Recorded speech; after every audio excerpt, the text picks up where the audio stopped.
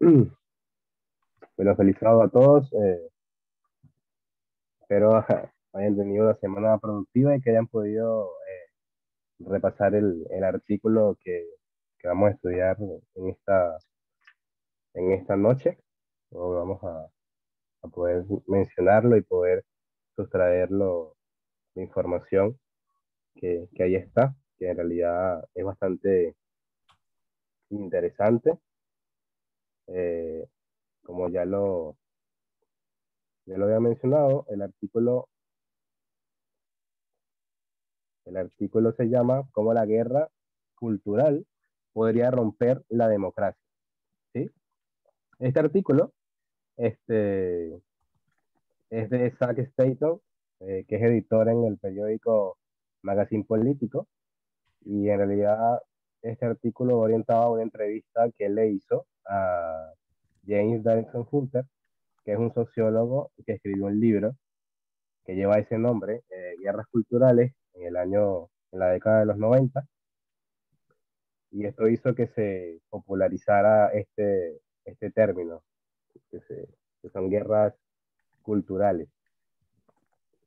En la década de los 90, en el año 1991, para ser un poquito más exacto, estaba viva la lucha entre una sociedad secular liberal que presionaba por un cambio y una oposición conservadora que arraigaba una visión del mundo según ellos arraigaban su visión de cómo ellos veían el mundo a través de las Sagradas Escrituras. Entonces estaba bien demarcado allí esa polarización que existía. Este, este sociólogo, eh, él no inventó el término guerras culturales, sino que el propósito de ese libro y de poder plasmar por así decirlo, ese término, era que poder llamar la atención de la sociedad y así ayudar al pueblo estadounidense a aceptar el conflicto que se estaba desarrollando y así poder calmar las tensiones que existían en ese momento. Pero hemos visto cómo se traspasaba en los años y el artículo, en la parte de la entrevista del artículo, hace menciones a citas que él prácticamente planteó en su libro en el año 91 y cómo podemos traspasar eso 30 años después, eh, eh, que es en el ahora, ¿no? Entonces, me gustaría que pudiéramos compartir acá la pantalla.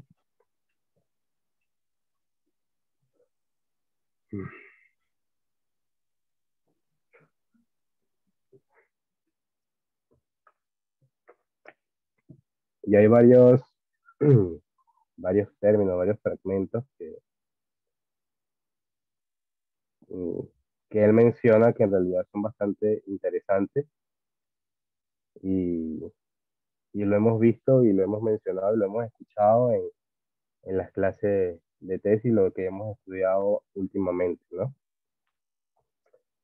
Entonces acá, en el primer párrafo, no sé si se ve lo suficientemente grande, vamos a ampliarlo un poco más.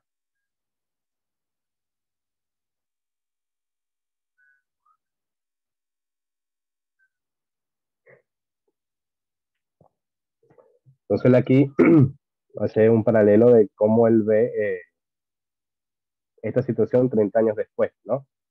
Dice, en cambio, 30 años después, Hunter considera que Estados Unidos ha redoblado la apuesta por la guerra y que las guerras culturales han pasado de las cuestiones religiosas y la cultura familiar ha sido traspasada a lo que es la política, creando una peligrosa sensación de conflicto en el que el ganador se lo lleva todo. Entonces, habíamos visto que cuando él escribió el libro, había una tendencia de un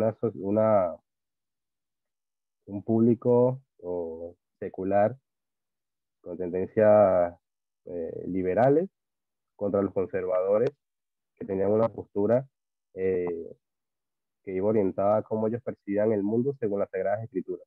Esos eran los dos polos. Luego vemos acá, y él hace este enfoque de que ahora 30 años después, ya las guerras culturales han pasado, en vez de ser cosas religiosas o puntos o cuestiones religiosas y de cultura familiar, y se ve directamente plasmado en lo que es la política. Él más adelante utiliza una frase que también me gustó, que me pareció interesante, y dice que eh, la política es el reflejo de la cultura, y es lo que se ha visto, ¿sí? Luego acá él hace un alcance, o da un ejemplo de cómo se puede ver esto en lo que ocurrió el 6 de enero del 2020. Dice, la democracia, en mi opinión, es un acuerdo de que no nos matemos los unos a los otros por nuestras diferencias, sino que hablemos de esas diferencias. Y aparte de lo que es preocupante, y parte de lo que es preocupante es que estoy empezando a ver signos de la justificación de la violencia, que él sigue plasmando y lo vamos a ver más adelante, que es una de las cosas que también hace la cultura, que la cultura eh, te lleva a justificar tus acciones, en especial también lo que es la violencia. Eh, eh, Sigue acá la cita, ¿no? Dice Hunter, perdón, señalando la insurrección del 6 de enero, cuando una,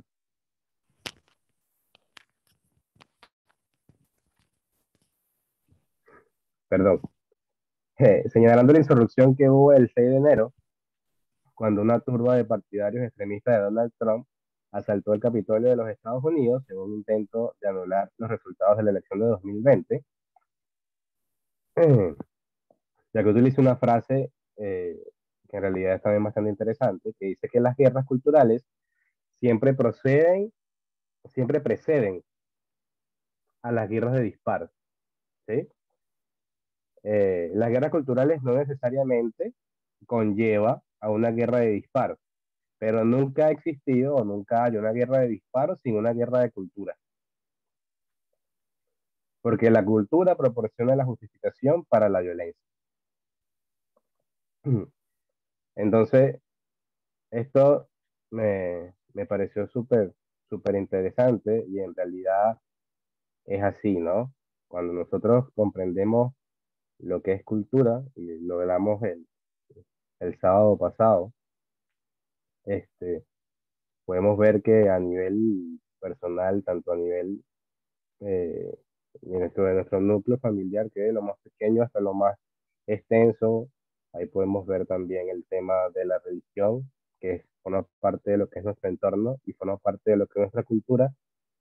Cuando se ve bien demarcada esas diferencias entre una cultura y otra, eso puede llevar a que pueda existir ciertas diferencias y no llegar a un conflicto, pero también puede llegar a que esas diferencias se conviertan en actos de violencia. Y, y lo hemos visto desde un punto religioso en Medio Oriente, entre religiones y culturas, eh, como lo hemos visto también en los Estados Unidos, es donde él profundiza acá este aspecto entre lo que es que Estados Unidos, que es un país de blancos y esa tendencia a los negros y todas estas ideales supremacistas que forman parte de la cultura de este grupo conservador. Me gustaría que eh, pudiéramos comentar sobre esto, si alguien tiene algún tipo de comentario sobre ese fragmento de esa frase, eh, sí podríamos ampliarlo un poco más, o si no, continuaríamos.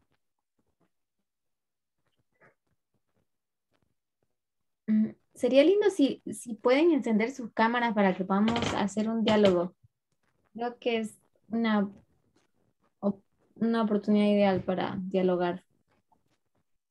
Sí, en realidad este artículo en verdad es bastante interesante y ideal sería que pudiéramos dialogar. Correcto.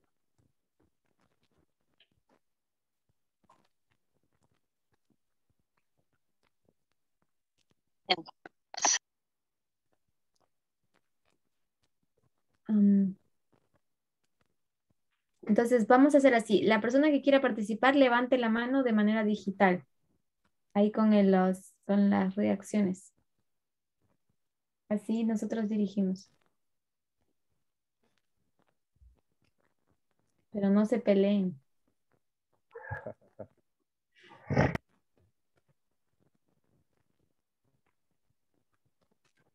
Mica, descansa. Ok, vamos a ver. Eh, Solo si puedes, Mica, tranquila. Bueno, a mí me gustaría hacer un comentario, pero voy a hacer la regla. Voy a levantar la mano. A mí un poquito no me gusta un poco el concepto que él tiene de lo que es democracia.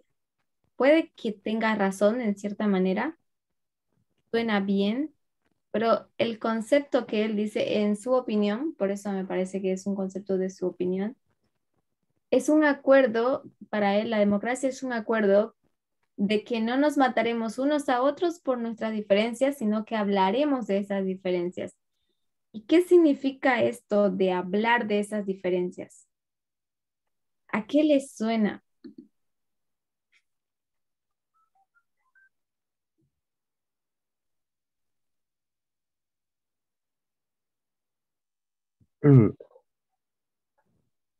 Es que, es que prácticamente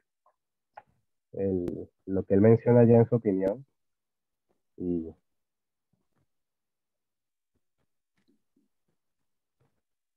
y lo que yo veo es que tiene relativamente sentido, en el que la democracia está es un proceso de aceptación, ¿sí?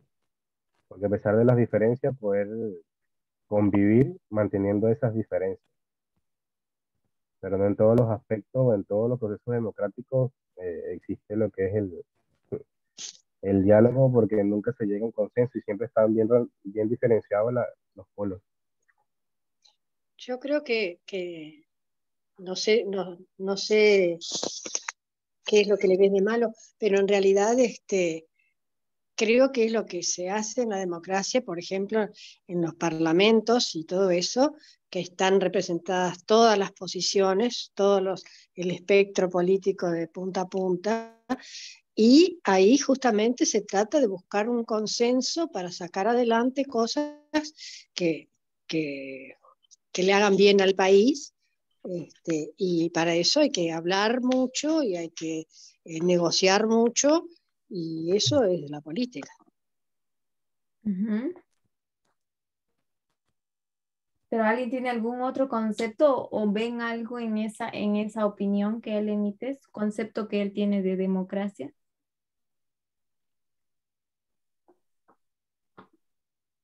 No, yo concuerdo exactamente con lo que dice Graciela. Yo pienso que él no da un concepto literal, ¿no? De lo que es democracia, pero es prácticamente lo que significa democracia. Un ejemplo práctico de, de lo que es democracia es lo que está viviendo ahorita Estados Unidos en relación al tema de las armas, tocando ese tema. Y por eso hacía la mención de que sí, puede hablarse, pero siempre la mayoría, entre comillas, toma la decisión y no todas las partes llegan a un concuerdo. Simplemente el que tiene la mayoría gana y listo. Por eso la parte de que hablan de las diferencias, no en todos los casos aplica. Ajá. Yo estoy de acuerdo con ese concepto parcialmente, pero hay un problema. O sea, para mí democracia, o esta sería mi opinión, sería a través del medio de cómo tú llegas a institucionalizar am, los cambios necesarios que se están dando dentro de la sociedad, dentro del país. O sea, es la forma como tú llegas a hacerlo oficial. Es como tú lo institucionalizas. Por ejemplo, estamos en una generación donde ser una persona homosexual es completamente normal hoy en día, no como en los tiempos, bueno, no vamos a ir tan lejos, no es como unos 5 o 6 años atrás que era todavía un tabú incluso para nosotros dentro del movimiento, ¿no? Entonces, la democracia en este caso funcionaría como el medio para institucionalizar estas cosas que antes eran no normales para verlo algo como normal hoy en día. Aceptarlo, aceptar esas diferencias, ¿sí? Pero aquí es como hablar las diferencias, negociar las diferencias. Esto sería como hacer concesiones en cuanto a cuestiones de derecho. Y la forma en cómo él lo expresó, no sé si ustedes, pero sonó mucho a NBC, a ese método de comunicación no violenta. Vamos a hablarlo. Estamos en desacuerdo, pero vamos a hablarlo. Vamos a ser suaves y vamos a hablarlo. No sé si ustedes reconocen eso o algo así. Sí, entiendo su punto. De hecho, en la conclusión del artículo, él lleva a ese aspecto y concluye el tema. De hecho, dice que a él dar su respuesta entraría dentro de un espectro conservador, porque él considera que para poder solucionar este aspecto debe, este, o para poder romper este conflicto de cultura, es algo que debe comprenderse, y para poder comprenderse debe hablarse y debe racionalizarse. O sea, deben las dos partes poder juntarse y poder llegar a un concuerdo. Por eso dice que él entra dentro del espectro conservador, pero también los conservadores lo tildan como liberal porque este, puede eh, verse que su postura va hacia algo más progresista. Ujú. Pero así él cierra esta entrevista, llegando a eso de que la solución para él, en su opinión, es, es poder hablarlo y entraría en un proceso que no es nada rápido, donde debe el humano comprender. Así él concluye. Después les digo, Mica. Ah, yo me fui un poquito ahora porque voy a volver para atrás, pero igual les iba a hacer una consulta por lo que estaban hablando para entenderlos mejor, pero era sobre el comentario de qué es democracia.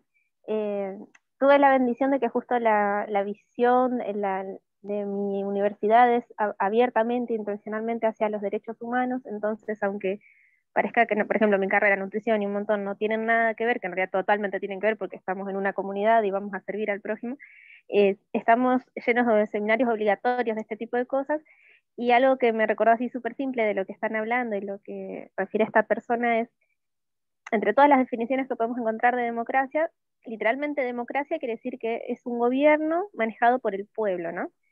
Entonces, esta visión de que se pueden charlar ciertas cosas o no, o de las diferencias que se puedan hablar o no, va a depender de qué democracia está establecida en un país y qué se considere pueblo, porque estamos hablando de que en un país que hay democracia, la gobernabilidad del Estado está balanceado por las decisiones de las personas que componen ese pueblo. ¿Y qué va a ser pueblo jurídicamente en cuestión de derechos? Es literalmente quienes se consideran ciudadanos y quienes tienen derechos. Y en un país como Estados Unidos, donde ya existe la 14ª enmienda y todo lo que estamos aprendiendo, todas las personas deberían ser consideradas ciudadanos. Entonces, hoy, 2022, en Estados Unidos, la democracia debería ser todas las personas y que todas las personas sean escuchadas en situación de igualdad y se garanticen sus derechos humanos. Y si pasara algo que violente un derecho humano, no es algo que se pueda hacer una concesión. No importa que sea una mayoría o una minoría quien reclame ese derecho o lo que está pasando. Entonces, no sé si era por ahí que estaban guiando, quería entender bien qué es lo que ustedes vieron, que tenía una falencia por esta persona. Exacto. Yo estoy de acuerdo contigo y de hecho iba a aclarar eso con Kelvin, que él al final del artículo, él dice que la manera que él tiene de sacar o de la esperanza que tiene en que Estados Unidos salga de esa condición es que no hagamos lo que hemos hecho ahora con el concepto que tenemos de democracia, de usarla solamente como un acuerdo para no matarnos los unos a los otros, sino que él dice, no ignoremos los problemas, hablemoslo. Y hablarlo es como, ya no finjas que esas personas no existen, ¿no? O sea, sí existen, sí hay esa diversidad de personas que se ven, lucen, piensan completamente diferente a ti. Pero la democracia, como dice Mika, tiene que funcionar como para integrar a esas personas a la sociedad, al pueblo, como dicen, que es reconocido y que su voz, su participación cuente. No es que ignores a esas personas porque son minoría. Entonces, en ese sentido, el concepto que él da en este párrafo de democracia le queda corto y suena así, o sea, pero sin embargo, al mismo tiempo, yo creo que él está, al emitir esa opinión, él está simplemente expresando la opinión de lo que el pueblo americano piensa. Eso para ellos es democracia, o es así como la están viviendo. Correcto, y yo pienso que por ahí va, porque de hecho cuando veo más arriba en el comentario que él hace, él dice que toda esta guerra cultural ha sido traspasada a lo que es la política y llegó a un punto donde el que gana, el que está en el poder, se lleva todo, porque en cierta forma impone como tal su visión. Ujú. Si lo toman los conservadores, implantan una, su cultura conservadora y se lo toman los liberales, ponen una postura, una creencia liberal. Porque en cierta forma la democracia, efectivamente, lo que mencionaba Mika es correcto, pero es cómo se lleva, cómo se viva la democracia, porque por lo general en las democracias, quienes, o lo que se ha visto en democracia, quienes mandan, quien manda el pueblo, pero es la mayoría de ese pueblo. Y si la mayoría de ese pueblo tiene conceptos opresores, obviamente la democracia que va a ser. Ujú.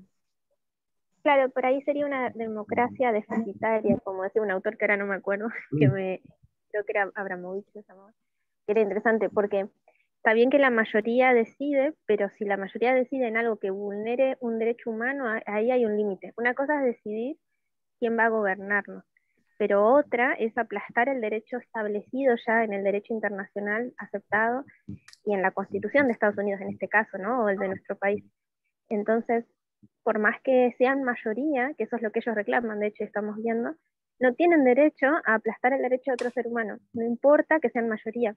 Y este es el conflicto que se está entrando. Hay obviamente una democracia deficitaria en Estados Unidos y bueno, seguro la vemos en nuestros países también, porque no están ejerciendo todos los seres humanos sus derechos humanos inalienables. Hay situaciones donde se violentan, por más que estén establecidos que los deberían tener. Entonces, tenemos que tener cuidado de no confundir eso porque es el discurso que ellos quieren usar, ¿no? Perdón que interrumpí, no me di Correcto. cuenta. No, no, correcto. Gracias, Mica, por tu comentario. Una cosa que me llama la atención, y de hecho más adelante lo plantea, y, y forma parte de lo que tú mencionas, y por eso es que él, en su conclusión, él, él indica, ¿no? De que debe la persona racionalizar todos estos conflictos culturales, ¿no? Y él dice que cuando hubo el tema de la esclavitud, aunque la esclavitud terminó o fue abolida en cierta forma, o la venta de esclavos dejó de verse en 1808, todavía se seguían vendiendo y existían los esclavos, 50 años después. Entonces, luego después vino la guerra civil, este, produjo todo lo que produjo y se liberaron a los esclavos, acabó con todo este conflicto racial, entre comillas, pero los blancos, o el hace ese alcance, ellos este, tienen una idea de que permiten, es como que yo te estoy dando, y luego más adelante él sigue indicando que luego viene lo que es las leyes de Jim Crow y pasa exactamente lo mismo. Este, el mismo pueblo, a través de su cultura, los que están dominando, ellos ceden. Entonces se ve a nivel cultural que ellos están cediendo o brindando algunos beneficios. Entonces, si tú lo ves desde ese punto de vista, no lo estás viendo como un igual, lo estás viendo igual como alguien inferior que tú le estás dando ciertas libertades, pero es porque tú decidiste dárselas, no porque eh, por el hecho de existir, los tiene porque son inalienables, porque son individuos. No sé si me di a entender. Ujú. César, Kelvin, ¿tú ves a las personas con la mano arriba? No. No veo, no las veo. Dale, César. Bueno, fíjense, sí, concuerdo contigo, Kelvin, con esa última parte que mencionaste, porque es como que si ellos estuviesen diciendo, bueno, ustedes no son iguales a nosotros, así que bueno, vamos a ser muy buenos con ustedes y le vamos a dar algo, ¿ya? Y resulta que no, o sea, ellos ya lo tienen, como tú lo mencionaste ya en tus comentarios. Pero bueno, o sea, el comentario que yo iba a hacer era en función de una u otra cosa, más o menos hacia donde iba Micaela y a donde también apuntó Solange, y era lo siguiente. No sé si ustedes conocen bien sobre lo que es el tema de los sistemas de gobierno propuestos por Aristóteles. Entre esos sistemas de gobierno estaba la democracia, pero existe algo que es la degeneración de la democracia, y la degeneración de la democracia se llama oclocracia. La oclocracia es lo que hay allá en Venezuela, o bueno, lo que hubo. No sé más o menos, no sé cómo estará la gente, si a favor o no del chavismo. Pero lo que ocurrió en Venezuela fue una oclocracia. ¿Qué es una oclocracia? Es el gobierno de la muchedumbre o el gobierno de la mayoría, ¿ya? Eso es lo que ocurre. Entonces, ¿qué es lo que pasa en los Estados Unidos cuando se habla de una ruptura en la democracia? Es de que la mayoría se impone a la minoría a través de eso, o sea, de la degeneración de los medios institucionales que se preocupan por las minorías, por proteger a las minorías, ¿ya? Entonces la mayoría se vuelve tan absoluta que aplasta a la gente que simplemente disiente de aquellos, ¿ya? Eso es una oclocracia y esa es la degeneración de ese sistema político, ¿ya? Que es la democracia. Entonces, nada, es eso, que es interesante también ver esos conceptos a nivel político, ¿ya? Y estudiar también sobre estos autores, Aristóteles, Thomas Hobbes, John Locke, Montesquieu. ¿Por qué estás caminando así?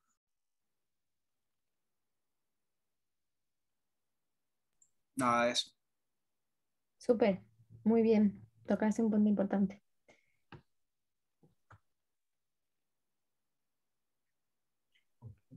Perfecto. Entonces continuemos con el siguiente párrafo. Eh,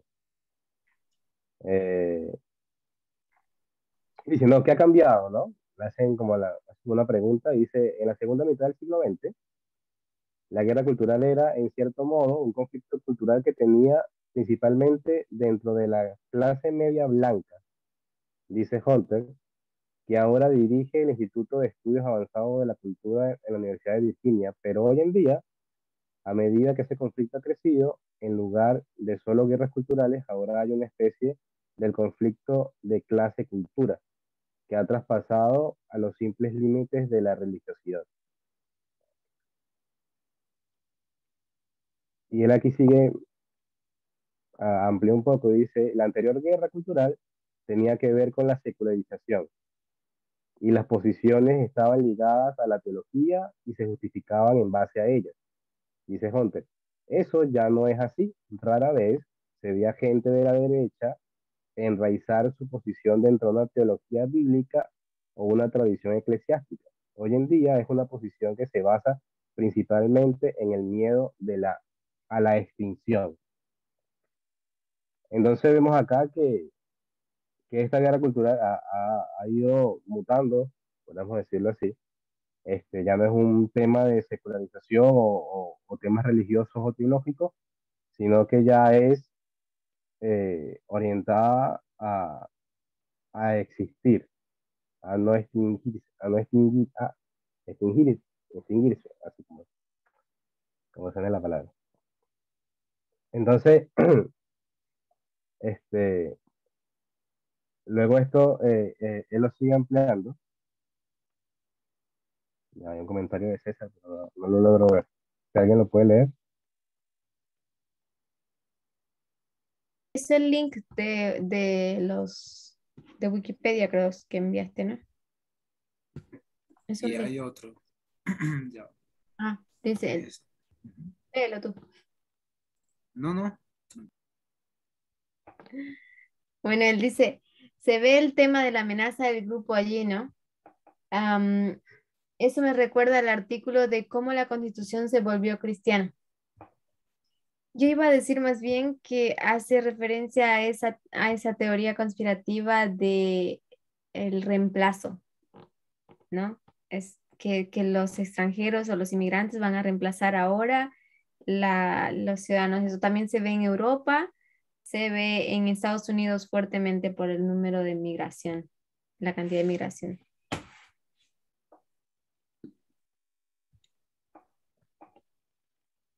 Sí, claro. Ujú. ¿Cómo? No, continúo. Pero no, y aquí también podemos ver en el punto de que ya no solamente es un tema teológico, sino es un tema de existir, sí, es también a cómo se vive la cultura, ¿no? Estadounidense y al miedo a perder, ¿no? Eso que ellos consideran que es la raíz de la nación, ¿no? Una nación blanca con ciertos estereotipos, ciertas formas, y de hecho el más arriba también lo hace mención, de que es también un conflicto de clase cultural. Y él indica que desde la Segunda Guerra Mundial, que empezó todo ese proceso de la industrialización y luego eh, se empezaron a estudiar y luego viene este, la cultura de la ilustración. eh, y luego menciona algunos casos que, que estuvieron en la palestra. eh, Eso generó que, que los conservadores perdieran, fueran minoría intelectual. Él lo menciona así. Aunque ellos, a pesar de ser minoría intelectual, seguían siendo mayoría en el entorno. Y ellos están peleando también en que eso no se extinga, ¿no? Que ellos puedan seguir prevaleciendo y mandando, aunque en cierta forma eh, no tengan intelectualmente razón, por así decirlo, ¿no? En algunos aspectos, ni tengan lógica.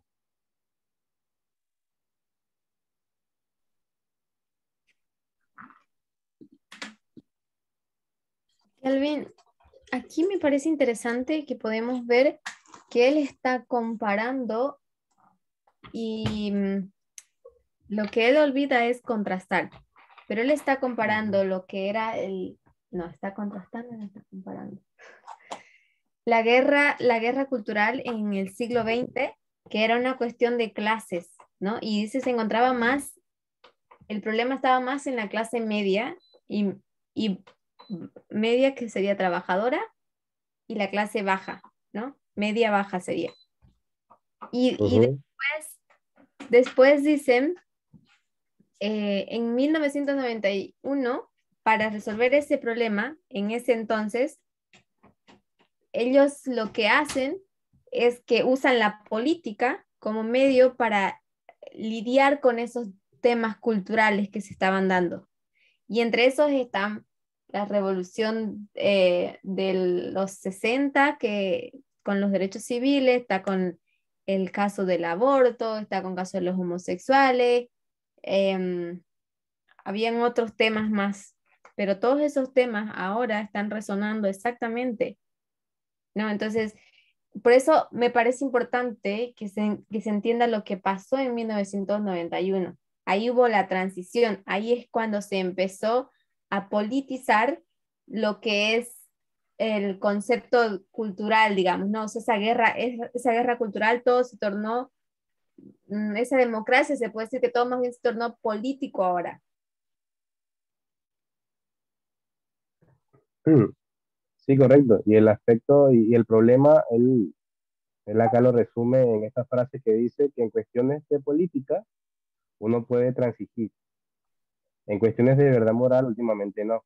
Y es lo que en cierta forma ha pasado, como tú mencionabas, de que la política es un reflejo, o la política está llegando a ser, o llegó a ser un reflejo de lo que es la cultura, y es lo que ha formado todo este problema. Entonces, cuando hablamos de política y cuando hablamos de democracia, podemos nosotros eh, hablarlo, como él decía en un principio, ¿no? Podemos llegar a un consenso. Pero ya cuando la política está tocado por verdad moral o por tus principios culturales, ahí ya no puedes transigir. Y es por eso que cuesta poder llegar a consenso. Ejemplo, es una persona conservadora que tiene rechazo a, a los homosexuales. ¿Cómo negocia? No puede, porque a través, para él, a nivel moral está mal. Y el tema es que esos pensamientos está muy introducido en lo que es la política. Creo que el dilema estaba entre lo que colocaba Mika, ¿no? Se trataba de un derecho de la persona, del individuo en este caso, que lo tornan político. Y cuando lo tornas político, entonces puedes negociar, entras a un consenso, como dicen, a una concesión de esto. Y si entras a una concesión, entonces esto es como se institucionaliza de cierta manera, pero no se acepta. Es como el mismo concepto. Somos iguales, pero alejados, diferentes, o sea, separados. No sé si me dejo entender.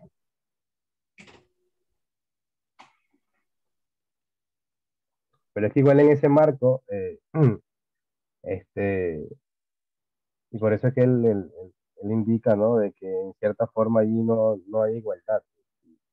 Y nunca va a existir porque existe esa tendencia a que yo, el normal, permito que lo que no es normal esté. Entonces allí no hay igualdad, ya entra en una postura de permisibilidad. Elita dice, lo que dijo Tess, la cultura está en el ojo y el reflejo político está en los lentes. Entonces, aunque cambies el tinte del lente, el problema continuará. Eso es lo que te permite hacer la política, digamos. Cuando politizas todo, te permite cambiar el color del lente, pero el problema sigue siendo el mismo. Claro. Y una cosa que me parece a mí un poquito en el párrafo anterior, cuando él habla de la guerra cultural del siglo XX, él solamente coloca el contexto de la raza. No, entonces no, no es capaz, o sea, él no llega al punto, o no llega, o no lo ve, o no lo entiende, lo cual para mí es absurdo, pero él no lo incorpora el tema del género. Pero él más adelante en su artículo menciona los 60, 70, 80, 90, Ujú. y no reconoce el tema de género como un problema. Lo hace más bien un tema racial. Sí, orientado a la raza, correcto.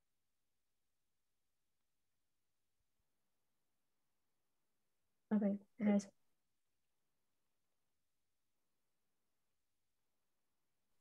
Pero ¿y el resto no va a participar? ¿No van a preguntar? ¿No van a leer?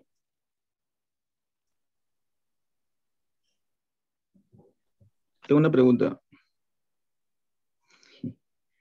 ¿Creen que en la ONU existe este tema también cultural?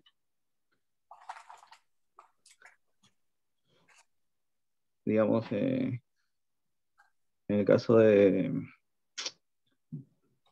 los países que están ahorita dentro de esta organización o de este organismo, eh, hacen muchas reuniones, diplomacias, tantas cosas, pero de hecho al cabo, nosotros creo que hemos de alguna manera defendido la ONU, ¿no? En parte, y sabemos que también tienen errores, ¿no? O también la OMS, ¿no? Pero vemos que también no se resuelven problemas, ¿no? Digamos, trascendentales en el tema de las sociedades en muchos países, ¿no? Por ejemplo, siempre se habla de China, del genocidio que hace China, o también de los problemas en Asia, en, bueno, en los países árabes. No, es como que hay una cierta hipocresía en todos los organismos.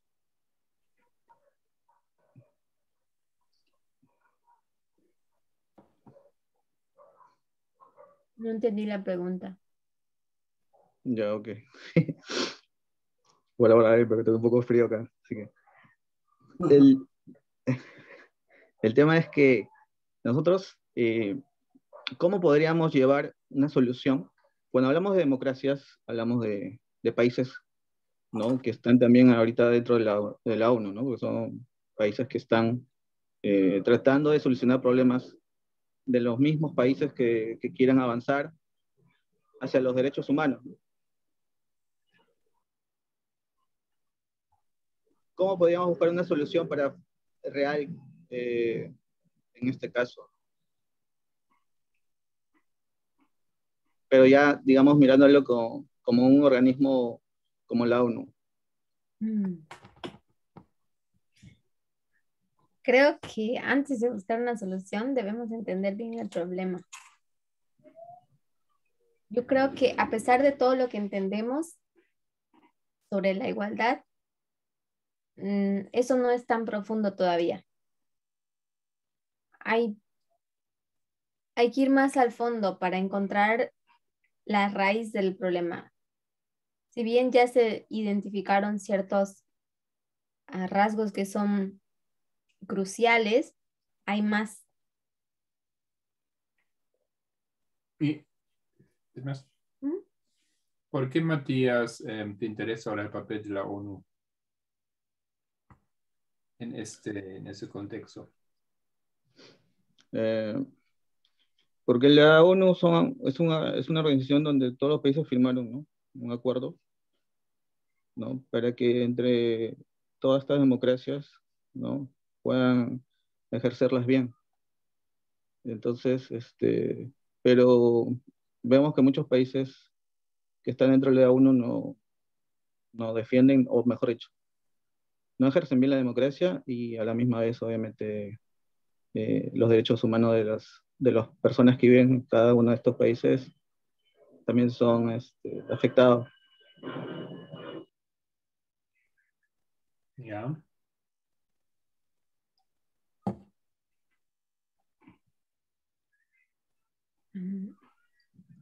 Ya, entonces, cuando nosotros buscamos ampliar un poco quizás, como dice el tema, porque a veces las personas quieren ver cuál es la solución que podrías darle, ¿no? Tú, a veces dicen. A veces pensamos que es, claro, dentro de primero tiene que ser en nuestra casa, después en el barrio, después en la localidad, después en la región, después en la ciudad y todo, ¿no? O sea, después en el país, ¿no? Empieza por primero acá, ¿no? Pero vemos que ahí en sí la ONU tiene aparentemente todos los principios que deberían tener, ¿no? Cada país para poder ejercerlo. Entonces, ¿qué le faltaría a la ONU, ¿no? Para que eso también pueda realmente cumplirse. Para que se puedan imponer, dices, Exacto. de cómo se deberían, que se guarden los derechos humanos, etcétera. Exacto. ¿Y eso estás poniendo en contexto con la guerra cultural o estás ahora un tema aparte? Sí, con el tema cultural.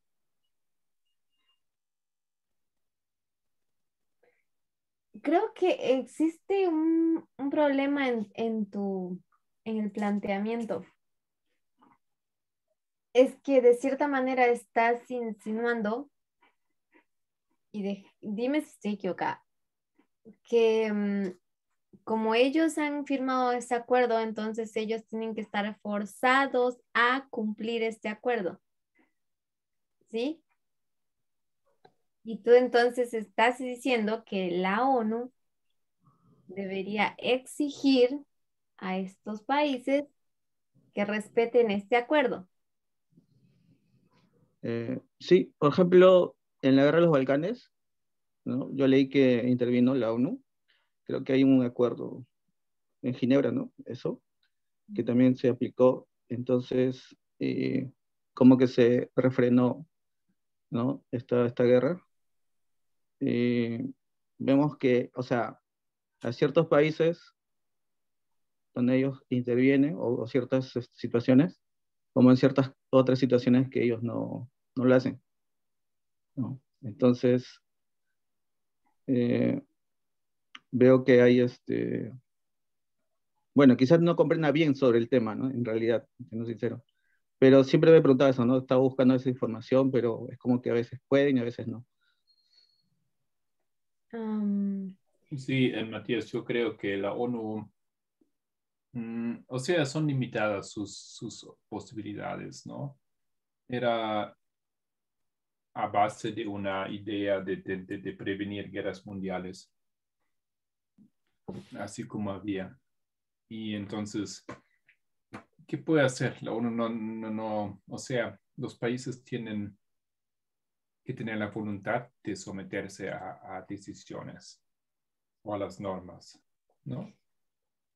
Y si no lo hacen, entonces eso es lo que vemos justamente lo que está pasando ahora, ¿no? Pero lo máximo que puede pasar de que un país no tome o acate, si es que la ONU determina que se ha quebrantado y se han violentado derechos humanos y no hay alguna modificación, hay penalizaciones hasta la expulsión, pero creo que más allá de eso no se toman otro tipo de medidas.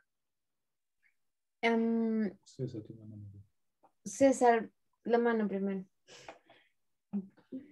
Iba a decir- Bueno, a ver, en este caso, fíjense, la ONU, como lo acaba de decir Kelvin, no es un organismo que tiene un monopolio ni uso legítimo de la fuerza. La ONU no tiene un ejército. Los llamados cascos azules son solamente personas que envían los estados para apoyar, ¿no? A la ONU para que intervengan en situaciones de emergencia, como es el caso de Siria, etcétera. Pero los cascos azules no están allí puestos para luchar contra gobiernos dictatoriales ni autocráticos. No, eso es un mito, eso es una teoría conspirativa, eso no existe. La ONU no tiene un poder legítimo, digamos, como un ejército, no lo tiene, ¿ya? La ONU solamente es un organismo internacional, como dijo Marcos, que se basa en los principios de la seguridad internacional y de evitar que haya una guerra mundial. Eso está en el artículo 1 y en el artículo 2, en uno de esos puntos, ¿ya? Allí se habla de eso, el principio de salvaguardar la paz y la seguridad internacionales. Entonces, si tú lo que quieres es saber cómo funciona la ONU, te invito a que leas la Carta de las Naciones Unidas, que allí o sea, te explica bien cuál es el funcionamiento y los mecanismos que utiliza la ONU para intervenir en ciertos asuntos. En el caso de lesiones a los derechos humanos, ya eso es un otro tema. Y digamos, acuérdate que también existe este tema del veto dentro del Consejo de Seguridad. Hay países allí que violan abiertamente los derechos humanos como China, como Rusia. ¿Tú crees que esos países van a votar para que la ONU vaya y los intervenga? No, ¿entiendes? O sea, y crees que si, por ejemplo, en Venezuela hay violación de los derechos humanos, ¿crees que Rusia va a permitir que pase una resolución de la ONU, del Consejo de Seguridad, para que, no sé, vaya un organismo de la ONU a velar por los derechos de allá de la gente que está sufriendo en Venezuela? No, tampoco, porque está Rusia allí e impone un veto. O sea, es una cosa compleja, ¿no? Y nada, para que eso llegue a funcionar, se necesita obviamente que cada estado cumpla con su parte, ¿sí? pero eso es muy difícil, ya que la ONU no es una entidad internacional que está por encima de los estados, no. La ONU no es así, la ONU solamente es un órgano regulatorio internacional y punto. Eso es todo, no tiene ningún poder efectivo, no tiene. Bueno, yo iba a decir que estoy de acuerdo con César, es solamente un órgano regulador y debemos entender una cosa. Tal vez la situación, las circunstancias del tiempo en el que estamos, como que causan un poco de impacto en nosotros y tratamos de buscar soluciones a estas. Pero tenemos que entender que la igualdad no se la puede atribuir por fuerza. Si si las demás naciones quieren que el mundo funcione de acuerdo a la visión de la ONU, es cada nación tiene que por voluntad propia estar dispuesta a cooperar con las normas que se establecieron en consenso ahí, igual como nosotros. La igualdad no va a llegar solo porque un gobierno venga y lo dicte, porque cada persona la tiene que vivir, tiene que decidir hacerla, tiene que entenderlo. Y este es el problema. Nosotros tenemos que dejar de pensar en que va a venir una persona por encima de nosotros y nos va a decir, hazlo, tenemos que hacerlo. No, ni siquiera Dios nos dejó nos puso en esa situación, nos dio la capacidad de decidir, aunque nuestra decisión fuera mala, teníamos esa capacidad de decidir. Entonces nosotros, tiene que haber es como un cambio de conciencia, de pensar en tu prójimo. Pero aquí como el autor lo expresa, este hombre Hunter, él dice, en realidad todo se volvió político porque solamente pensamos en nuestro derecho individual y nos hemos olvidado de pensar de forma colectiva como sociedad. No hemos aprendido a pensar en los demás.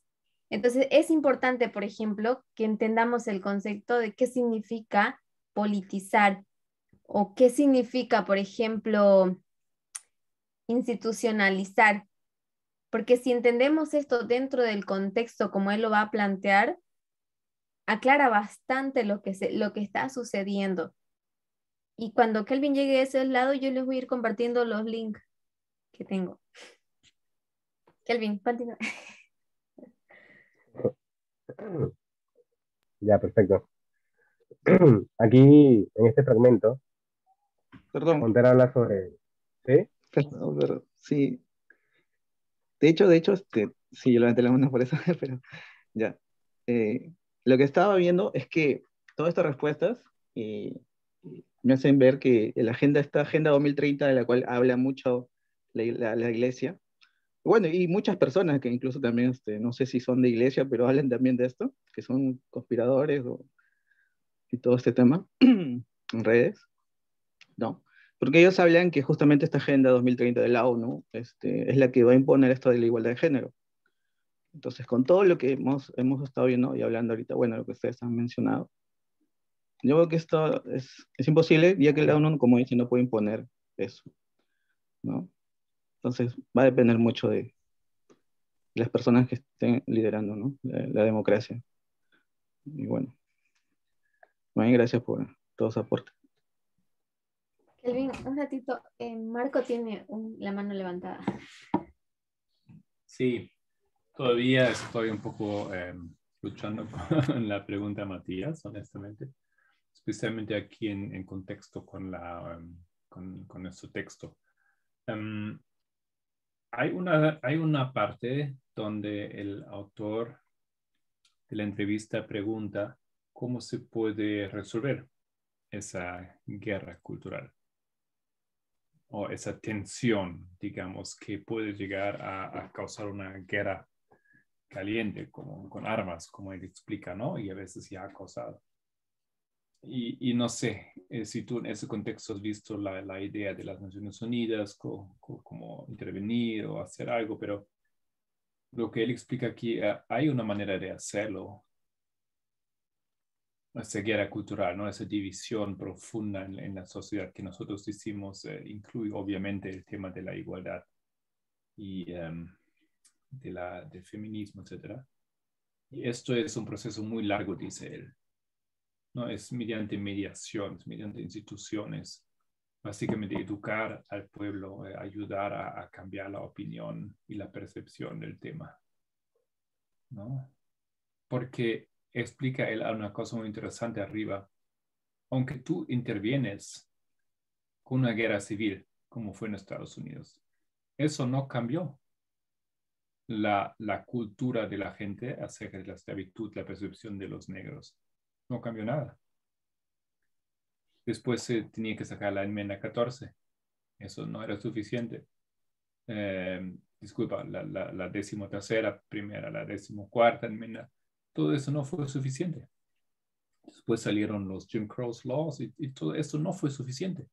Porque aunque viene esa guerra, aunque viene el uso de fuerza, eso no cambia necesariamente la cultura, ¿no? Me pareció muy importante destacar esa lógica que también aquí coloca. Entonces, la ONU, pues tú no puedes intervenir y decir, mira, ustedes tienen que respetar a las mujeres, son iguales como ustedes. Lo puedes lograr hasta cierto punto, pero la gente no lo va a aceptar.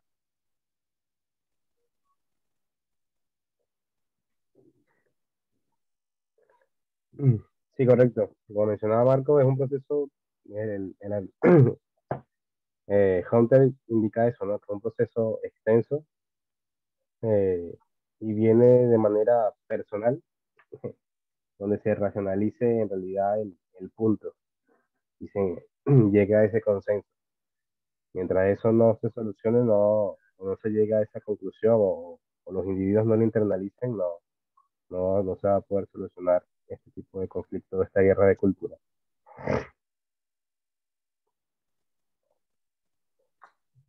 Acá él expresa, dice, en un mundo que lo ha politizado todo, existe la sensación de que la política es tanto la raíz de los problemas que enfrentamos como en última instancia también la solución.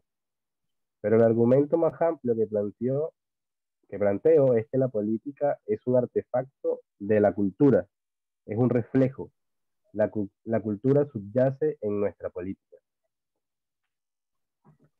Cuando se trata de la guerra cultural, hay dos maneras de pensar en ella. Una, probablemente la más extendida, es pensar que se trata de una batalla política en torno a ciertos tipos de cuestiones culturales, como el aborto, la sexualidad, los valores familiares, las cuestiones entre la iglesia y el Estado, etcétera.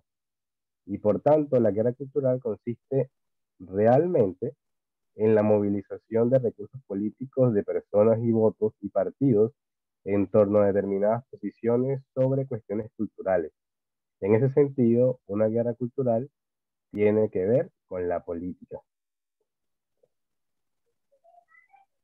Entonces él aquí plasma o plantea de que la cultura eh, forma parte y es el reflejo de la mera política. No, la política es el reflejo mismo de la cultura, de cómo está conformado, ¿no?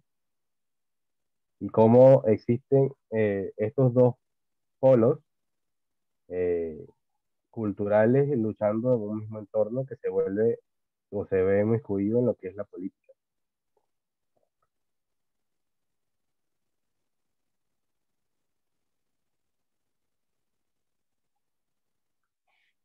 Me gustaría que avanzáramos acá un poquito más.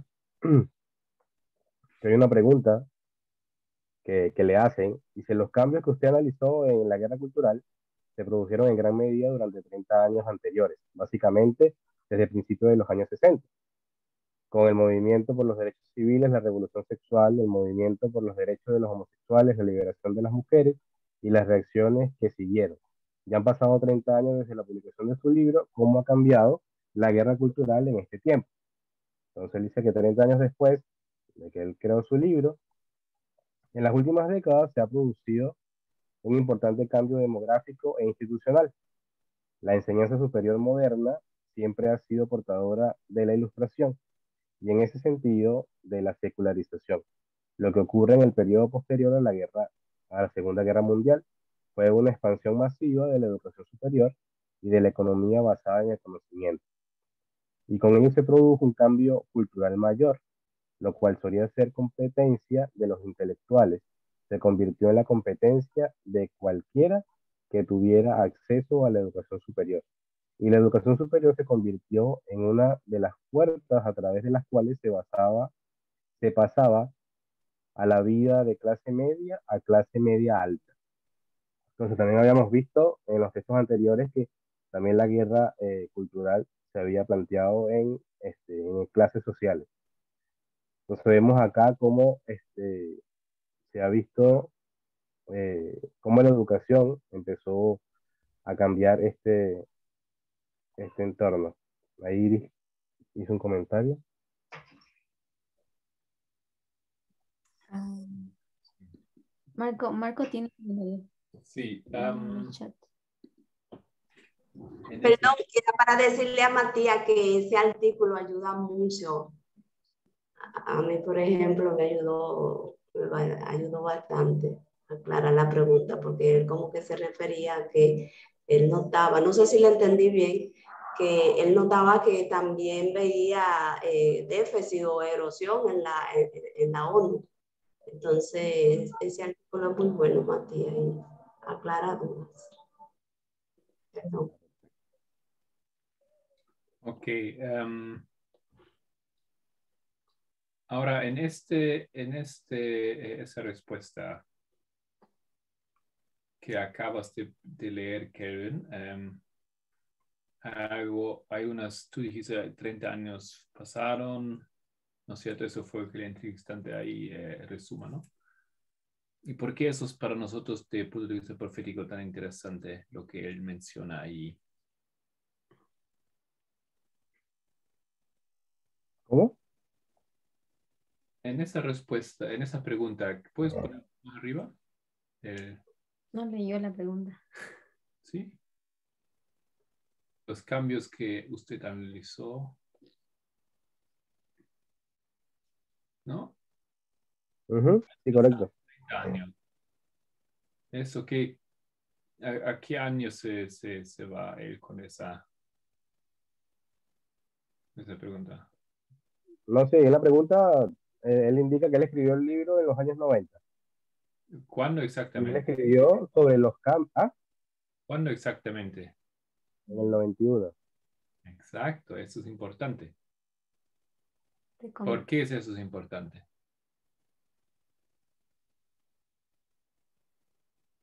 ¿Qué pasó en 91 de punto de vista profético? Cesar de ese aumento de conocimiento.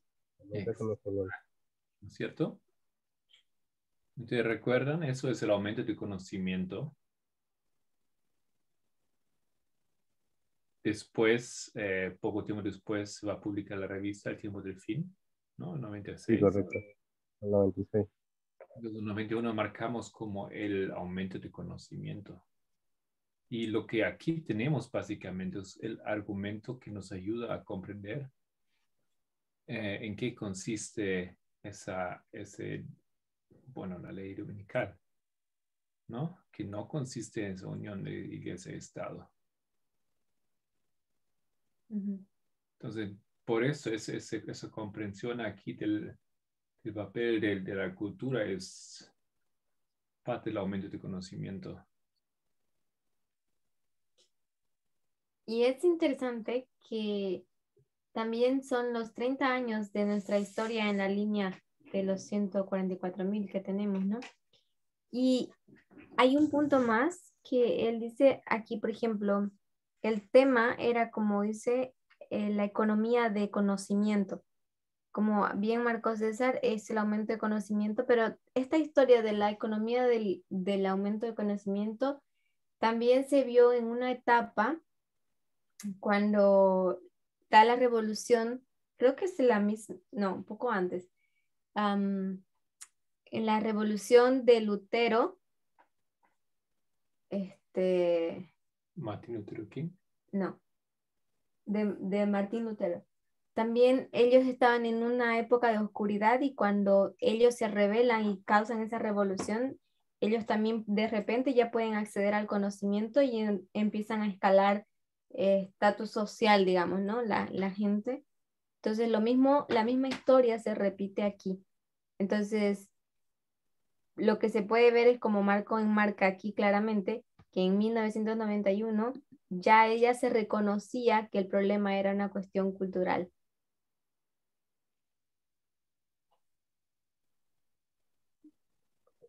Sí, correcto.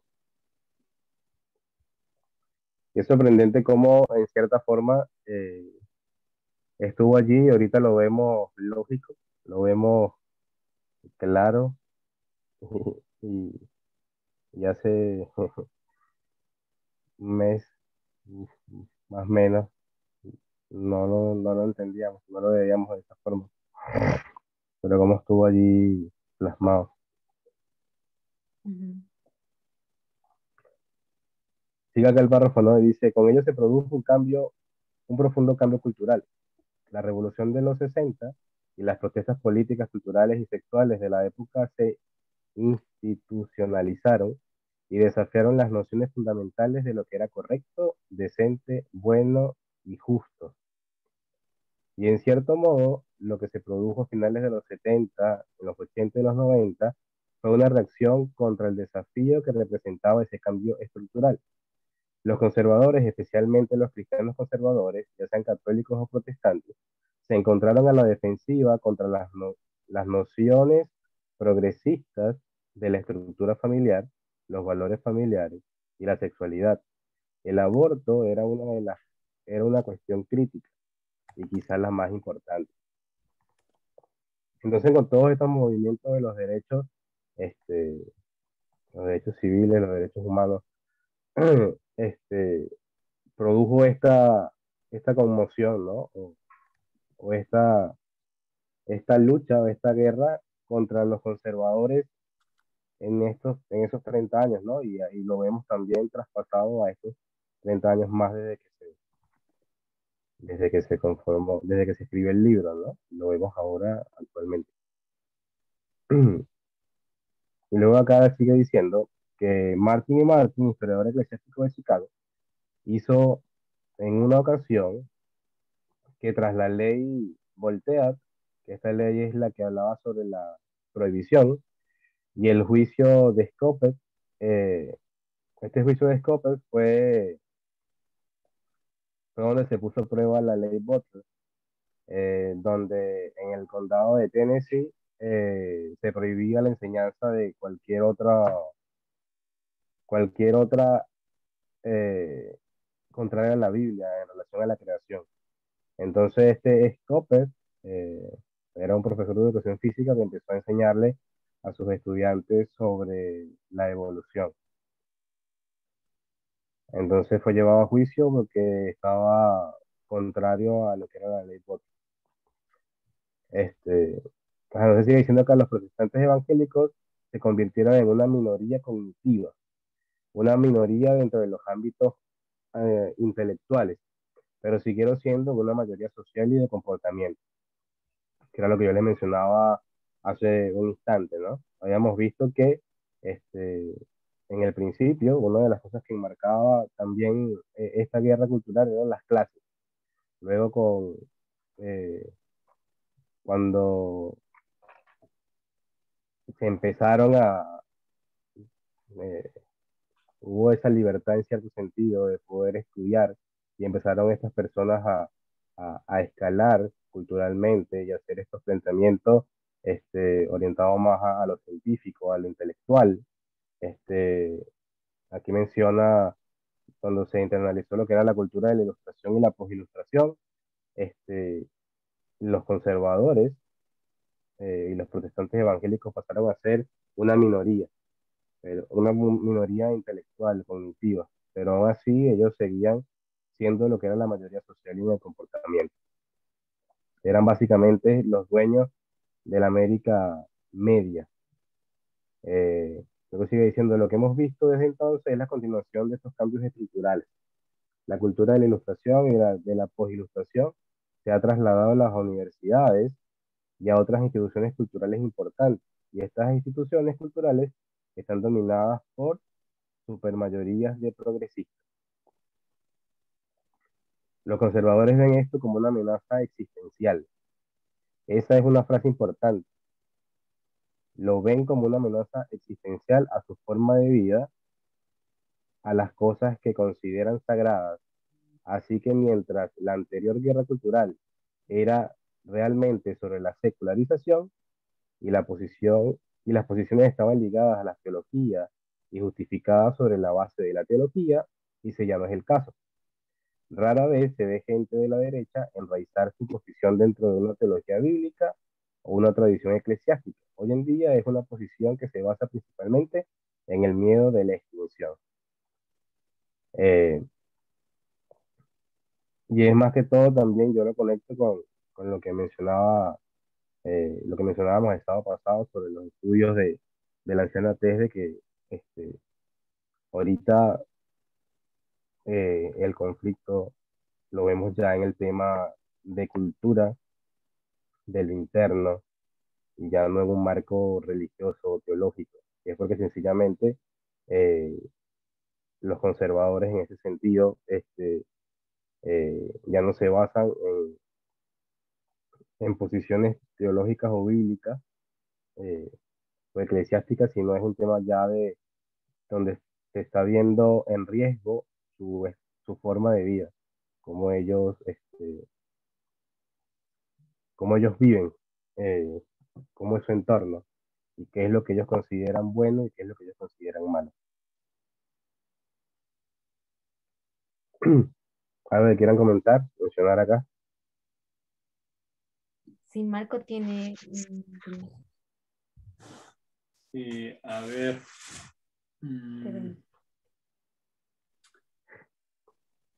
¿Dónde estaba eso? Eso es lo que he leído, un poco más abajo, creo, ligaste, ¿no? Creo. Más arriba.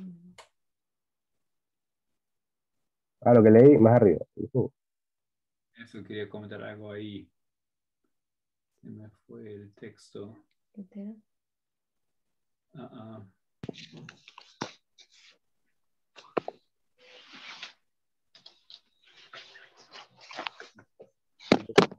Siguiente. Ustedes saben que Tess no colocó esto. Ese artículo no está en el Media Broadcast. Y ella explica en el Vespers por qué. Entonces, ella no colocó ese texto en el Media Broadcast. Nosotros quiero que estemos conscientes, ¿no? Y que tengamos cuidado cuando hablamos sobre ese texto.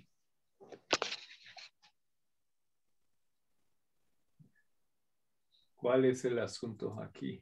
La razón.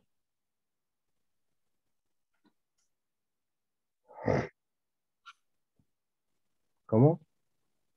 O sea, ese artículo no está en el Media Broadcast y Tess a propósito no lo ha puesto ahí. Ella usa ese texto en el Vespers, pero ella explica la razón por qué ella no lo colocó en el Media Broadcast. O básicamente ella no aconseja que lo leamos así, ¿no? Como un texto clave, un texto importante. Bueno,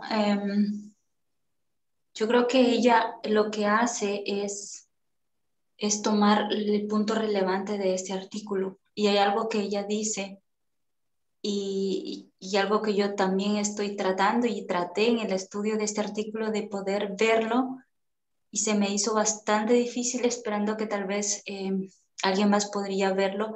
Y era el punto en el que ella dijo que no estaba de acuerdo con su visión de lo que era política. Ella enfocó este artículo y habló sobre la sociedad. Me encantó el ejemplo que puso para ilustrarlo. Yo creo que básicamente se basó en eso, en la cultura, en la sociedad o en la cultura y lo que el grado de sexismo y misoginia que hay, y lo que se ve en la política, la religión, y ella dice, y lo puso como lente, como el reflejo, ¿no?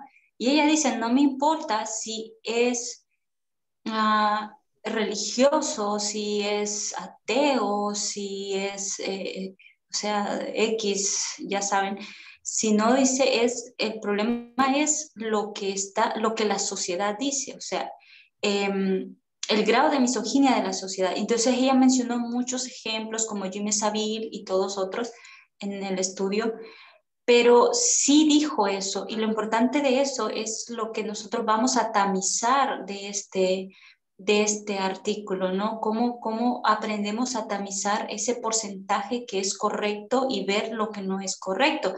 Porque sí es cierto que no podemos leerlo todo y decir que todo absolutamente está bueno, porque no es así. Entonces, yo traté de verlo, pero sí me gustaría que se me ampliara un poquito más, ¿no? Entonces, yo sé que todos estamos aprendiendo para ver ese punto de vista de por qué no, en cuanto a términos de política, él no está bien o está errado. ¿Alguien más? Hola, ¿me escuchan? Sí. Bien, yo los escucho muy poquito y hay veces entrecortado, pero bueno, esta pregunta la escuché bien. Bien, calculando que me escucha porque en verdad no los escucho muy bien. Am, la pregunta era sobre qué es lo que en verdad es en lo que se destaca más el artículo, ¿cierto? Bueno, mi pregunta original es ¿por qué Tess no aconseja ese artículo? No lo puse en medio. No lo puso en Media Broadcast, lo usa, Ok. pero solo eso. Bien. Creo que al principio lo había mencionado Solange. Y bueno, y la verdad que sí tiene mucha información muy buena en cuanto a la cultura, que bueno, también creo, bueno, Tess lo destaca mucho, pero hay algo que no reconoce o no puede ver aquí. Y bueno, hay una respuesta más adelante, justo después de lo que terminó de leer Kelvin, que bueno, que él dice que ahora lo que es el tema en cuestión ya no es lo que él mencionaba antes, o sea, el aborto, las protestas, bueno, sexuales, culturales, bueno, ya no es el tema, sino que él reconoce que ahora el tema en cuestión es, o sea, que todos esos temas han sido sustituidos por la raza. Y bueno, ella dice que no, o sea, no es el tema en cuestión hoy en las razas, sigue siendo el tema del género. Eso es lo que entendí. Ok. Creo que le dijo algo así como básicamente 80% de ese libro no nos sirven o no son correctos. Pero lo que él rescata básicamente aquí es justamente lo que dice Giovanna, ¿no? Es un concepto de la importancia de la cultura, el papel de la cultura. Y no mucho más que eso. O sea, la comprensión de que la cultura es básicamente la esencia que nos motiva a hacer esto o aquello. Es la cultura que nos hace ofender. Es la cultura porque salimos del movimiento. Ya solo ese detalle, básicamente, ¿no? Es todo su análisis de cómo se desarrolla todo y cuáles son los grandes papeles aquí en la sociedad. Qué va a pasar, dónde están los conflictos. Hay algunas cosas importantes y buenas, pero básicamente lo único que de ese artículo, de su libro, ¿no? Y que se refleja en parte en ese artículo, que queremos recatar es ese concepto de la importancia de la cultura como la base de lo que hacemos. La cultura es más fuerte, ¿no? Dice en algún lugar que otras cosas. La cultura no permite compromiso. Por la cultura estoy dispuesto a morir. Un ataque a mi cultura significa un ataque a mi existencia. a mi ser, por eso lucho, por eso justificaron ellos atacar el 6 de enero, el Capitolio, etcétera. Y ahí es cuando, por ejemplo, se ve cómo la cultura llega a ser la justificación para la violencia. Si mi cultura es, y eso es lo que ella ha estado enfrentando mucho en África, la cultura se tornó en la justificación de por qué las mujeres tienen que ser oprimidas, tienen que ser sometidas a cosas absurdas solamente por la cultura. Entonces la cultura, como él bien lo explica aquí, llega a justificar la violencia. Pero la razón, como Marco bien enmarcó, que este artículo no está en el Media Broadcast, es porque la persona, el autor en este caso Hunter, no concibe el problema del sexismo como la raíz del problema, porque prefieren seguir, como dice, polarizando todo, y ese término polarizar, institucionalizar, politizar, se tienen que entender lo que significa esto. Pero ellos lo que hacen es polarizar. Eso es, por ejemplo, yo no sabía que era polarizar, pero lo primero que hice fue asociarlo con esos vidrios polarizados que tienen los vehículos para evitar que el sol dé directo. Y esto hace que esa información se vaya, o sea, esa energía del sol se vaya disipando y no penetre con fuerza, digamos, ¿no? Entonces hacen esto. Lo que ellos hacen es que estos temas como el aborto, la sexualidad, la homosexualidad, qué sé yo, otros temas que están en cuestiones, se tornen o se tomen de forma emocional y empiezan a disipar su intensidad. Y esto lo tornan político. Y entonces, cuando es político, cuando ya se va a considerar la emocionalidad, ya se va a considerar lo que la persona cree o piensa en ese sentido, entonces ya vas a poder llegar a hacer un consenso, o sea, una concesión. Y eso quiere decir, ya lo tornaste político. Y yo por eso les dejé en el grupo y también acá en el Media Broadcast 2 páginas que me parecieron importantes, lo que significa institucionalizar, que es el rol que los protestantes han hecho con estos valores, cómo es que se fueron institucionalizando dentro de la sociedad y qué hicieron los protestantes para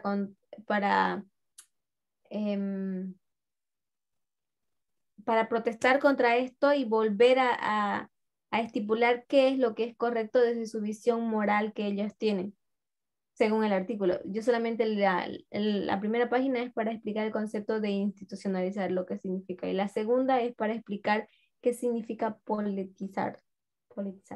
Es un buen artículo. Solo eso. ¿Alguien más? De hecho, él habla de que cada cultura tiene su visión del pecado, pero aún así no está hablando en términos de religión, está hablando en términos de lo que cada persona cree, o sea, que la cultura él lo enfoca en el punto de lo sagrado, de lo que esto es para mí, por eso habla de lo que es cultos, o sea, cultura, el culto, lo que significa para mí esto, o sea, mi forma de creer o mi pensamiento, lo que es sagrado. Si tú te metes con eso que es sagrado para mí, lo que yo creo, vas a estar en grandes problemas.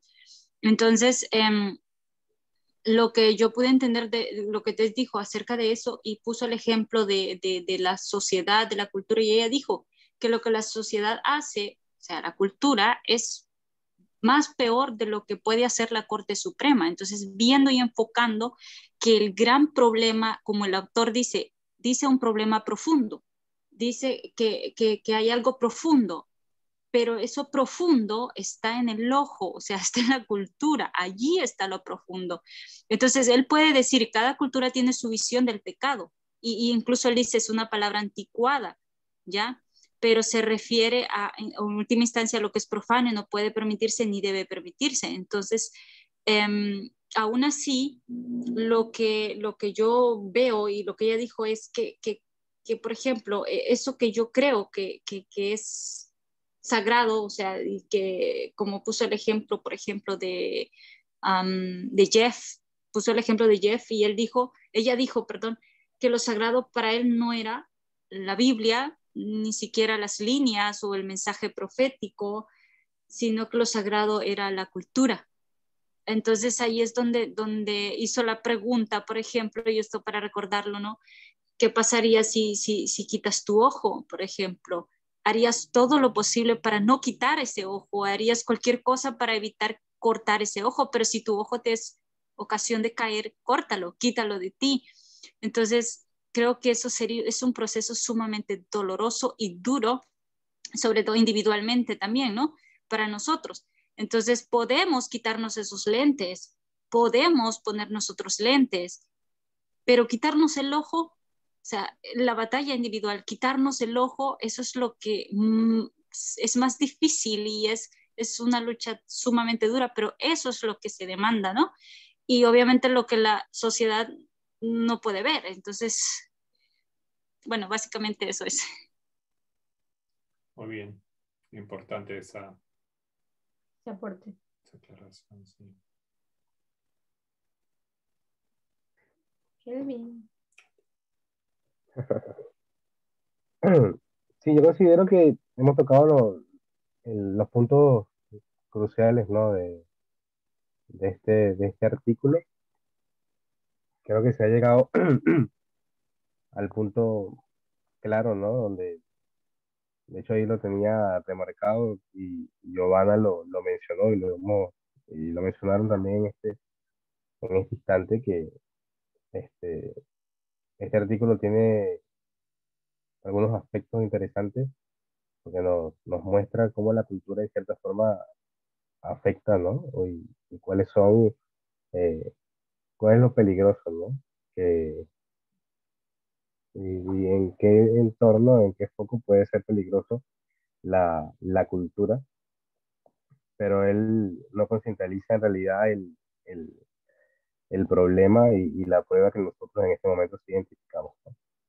De hecho, acá en esto que resalto, ¿no? Y Giovanna mencionaba, y en el párrafo que leímos anterior, él había dicho que lo primordial que se tocó en la década de los 60, 70 y 80 fue el tema del aborto, pero él aquí dice que ya el aborto no es más, pues, que eso fue algo ya de los años 70, 80 y 90, quizás incluso más allá, pero realmente ahora el problema ha sido sustituido por la raza.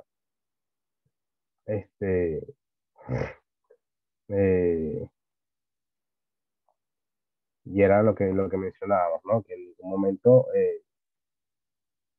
este, él, él muestra o focaliza cómo la cultura se ha visto, cómo la cultura ha afectado o afecta a la nación en el ámbito del sexismo en los Estados Unidos, ¿no? Hace esa conexión, en cierta forma. Menciona algunos aspectos efectivamente por las luchas de los derechos civiles que hubo en esas décadas, pero no lo ve como un problema crucial para el ahora, y es lo que estamos viviendo. Pero, ahí Cindy escribió algo, pero él nos demuestra, ¿no? Cómo nosotros de manera personal, como mencionaba también Edita, y lo menciona él acá en su escrito, tiene una convicción, una concepción de qué es lo que está bien, qué es lo que está mal. Este, y a veces a nivel cultural, dentro de nuestras tradiciones, a nivel personal, esos conceptos y esa cultura puede estar errada, ¿no? Y es donde nosotros tenemos que eh, reflexionar, mirar, observar y también cambiar también nuestras acciones, que es este proceso en el cual nosotros debemos estar, vivir y en cierta forma estar santificándonos diariamente. Y yo creo que nuestra labor acá es, yendo también a la pregunta que había hecho Matías, ¿no? De cómo, si el Estado como tal podría este, establecer una ordenanza que en cierta forma eh, haga un cambio de manera radical eso es algo que en cierta forma no se puede, y él, en parte en la conclusión de este artículo, él lo dice, y Marco también lo mencionaba, que, que no se puede porque sencillamente el tema de la cultura, y para cambiar la cultura debe haber una racionalización, un conocimiento, una ampliación de mente y comprender cuál es el punto que está errado para poder ver un cambio, ¿no? Porque en cierta forma todos los avances que han habido, entre comillas, a niveles culturales dentro de los Estados Unidos, se ven, se ven o se venden dentro de esa postura de que eh, los blancos, lo tradicional, lo que la cultura llama y lo normaliza, ellos han cedido y permitido algunas cosas, pero en cierta forma se ve esa postura de que ellos lo permiten, no porque sea un derecho de verdad que deben tener las personas. Y lo vemos aquí establecido en el tema también, esto de las luchas culturales, en lo que ocurrió últimamente con lo del aborto,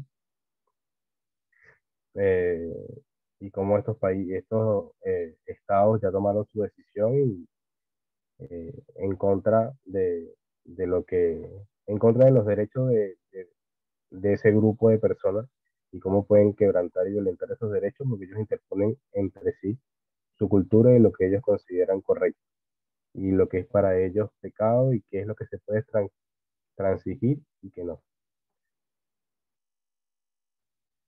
Así es.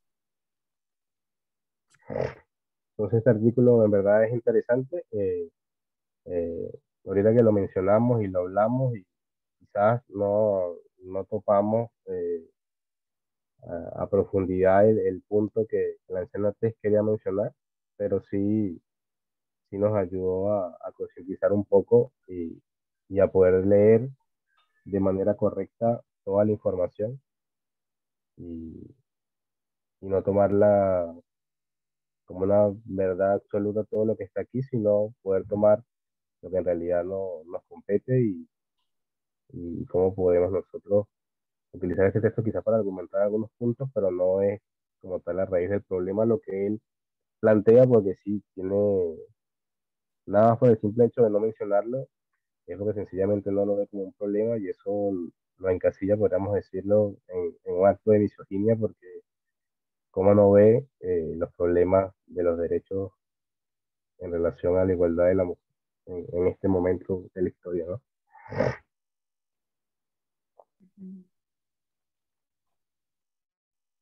¿Alguien quiera comentar algo de otro punto que quizás consideran que no se mencionó?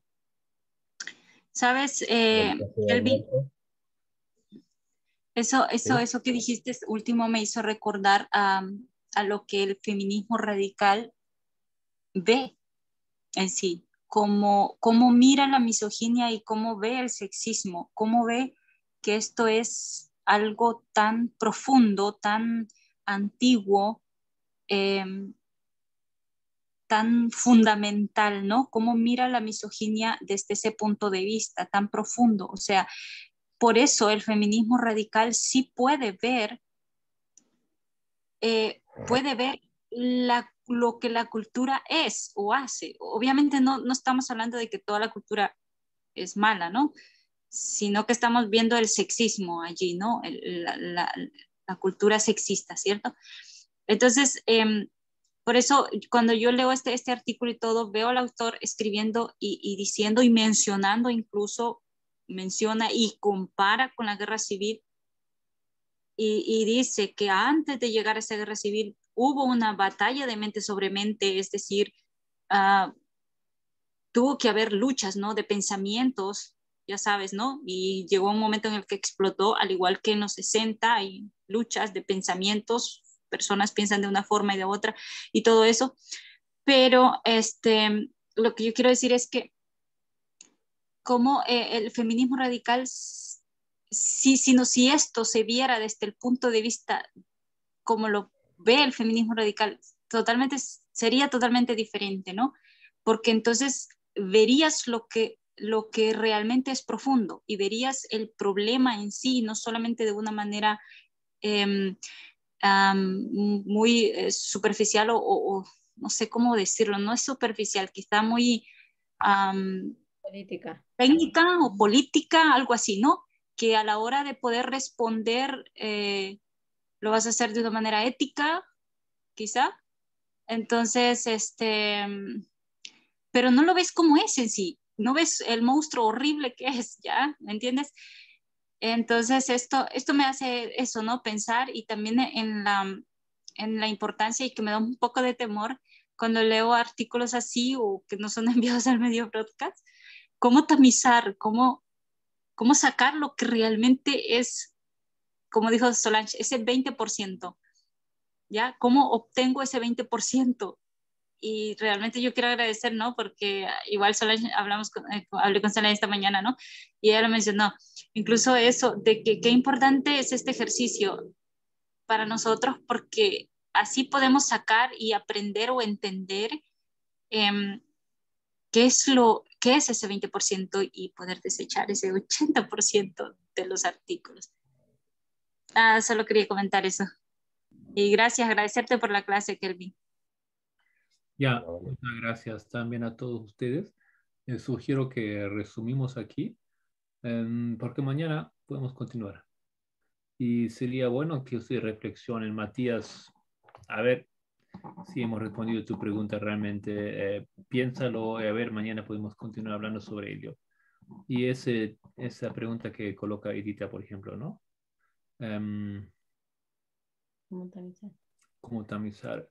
Porque ese artículo parece re bueno ahora y parece encajar, pero hay que mirar, ¿no es cierto? Y nos damos cuenta, bueno, ¿no? Que estar en Sí, pero además de que es un artículo que también es extenso, ¿no? Entonces toca puntos fundamentales, pero ya es muy largo para quizás el tiempo que nos tocó, ¿no? Ya estamos excedidos de la hora.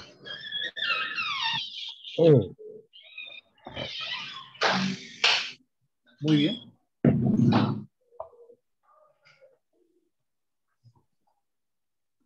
Bien. Ya. Entonces para mañana, ¿cómo quedamos?